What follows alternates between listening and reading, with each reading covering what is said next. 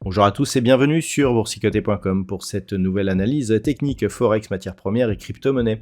Avec une paire de devises euro-dollar qui continue à évoluer dans un petit rebond haussier suite à cette forte dynamique baissière. On le voit ici au niveau des indicateurs, notamment le RSI dynamique ici qui donne des petits contacts sur la zone donc dynamique.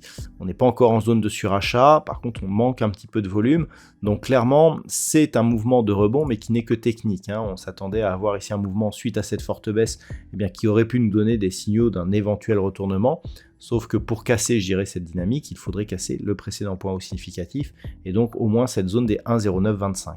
Pour l'instant, ce n'est pas le cas. D'un point de vue très court terme, on a toujours cette succession de points bas qui est plutôt positive dans l'évolution. Idem pour les points hauts. Donc clairement, pour, je dirais, avoir un signal d'accélération, il ne faudrait pas revenir sous la zone ici des 1,0630, zone qui était précédemment ici résistance.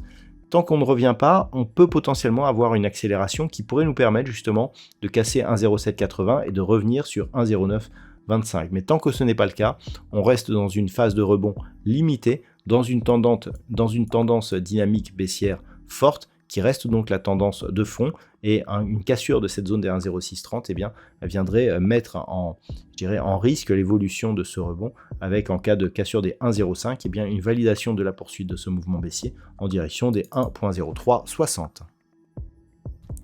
Sur la paire de devises livre sterling contre dollar américain, on est plus dans une phase de neutralisation.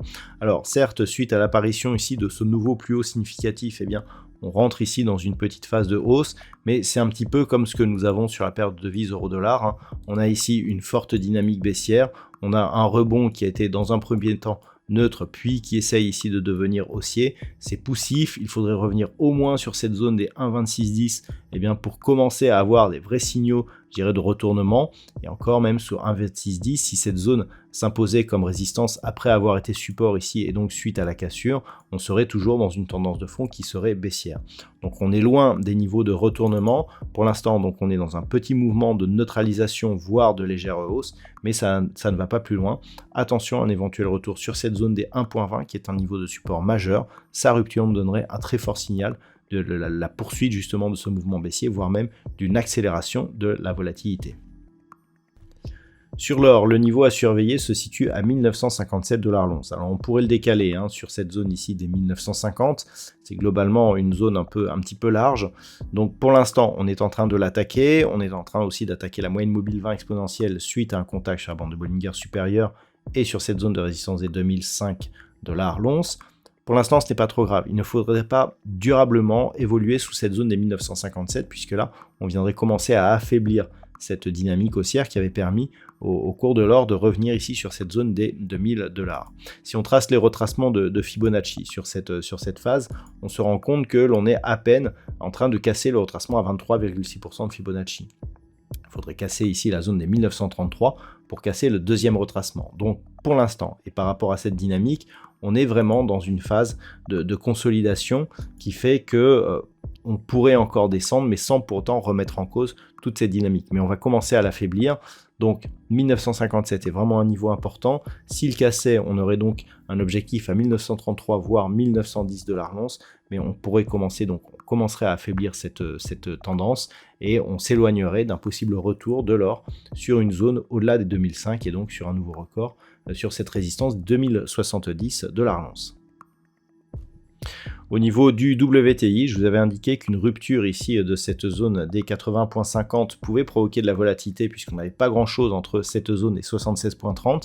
Et bien cette augmentation de la volatilité est en train de se poursuivre puisqu'on est en train de casser ici la zone des 76,30. Donc au niveau du WTI, là aussi on est sur une possible phase de changement de tendance puisque en cassant ce point bas qui était un point bas significatif de la précédente dynamique, on inverse le sens de la dynamique. Donc on pourrait passer dans une tendance baissière. Pour l'instant, ici, d'un point de vue moyen terme, c'est devenu neutre. Attention aussi à une rupture éventuelle de la zone des 74, car cela nous montrerait que nous sommes dans une dynamique baissière potentiellement forte. On le voit au niveau des indicateurs, on a beaucoup de pression à la baisse, hein. On a un RSI dynamique ici qui sort de ces pointillés, donc qui nous indique que l'on a une forte pression et des volumes qui montent, hein, sur les phases de baisse. Les histogrammes du MACD nous laissent encore de l'amplitude, ce qui veut dire qu'on pourrait continuer à descendre sans forcément être dans une phase d'excès. Donc attention à la poursuite de ce mouvement, hein. Je rappelle, une cassure ici de cette zone des 74, eh bien, serait un très mauvais signal très négatif, avec comme objectif donc la zone des 71,20 $ le baril.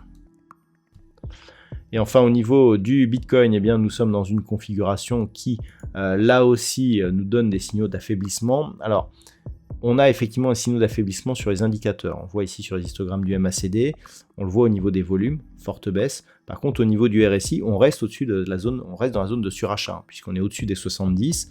D'un point de vue très court terme, c'est neutre, hein, du point de vue donc du RSI dynamique, mais par contre, on reste au-dessus du surachat. Et ce qui est intéressant, c'est que par rapport ici donc à ce signal de perte de dynamique, par rapport à la forte impulsion que nous avons eue, qui a cassé une zone de résistance majeure, on n'a pas de phase de consolidation. Au contraire, on a l'impression ici d'avoir eu l'impulsion, et puis ensuite ici une phase de suivi, donc avec une dynamique moindre, mais qui continue à monter. Le fait de ne pas avoir eu de phase de consolidation nous indique que la hausse du Bitcoin reste soutenue, que des investisseurs continuent à acheter, et que ça pourrait se poursuivre. Donc globalement, tant que l'on reste au-dessus de cette zone est de 31 800. Clairement, ça reste haussier. Ensuite, bon, en cassant la moyenne mobile 20 exponentielle, on commencera à affaiblir. Par contre, l'objectif reste une poursuite du mouvement en direction des 40 500 $ pour un Bitcoin. Voilà donc ce que l'on peut dire sur l'analyse technique de ces principaux actifs de marché. Je vous souhaite de passer une très bonne soirée. On se retrouve dès demain pour d'autres analyses techniques, toujours sur le site boursicoté.com.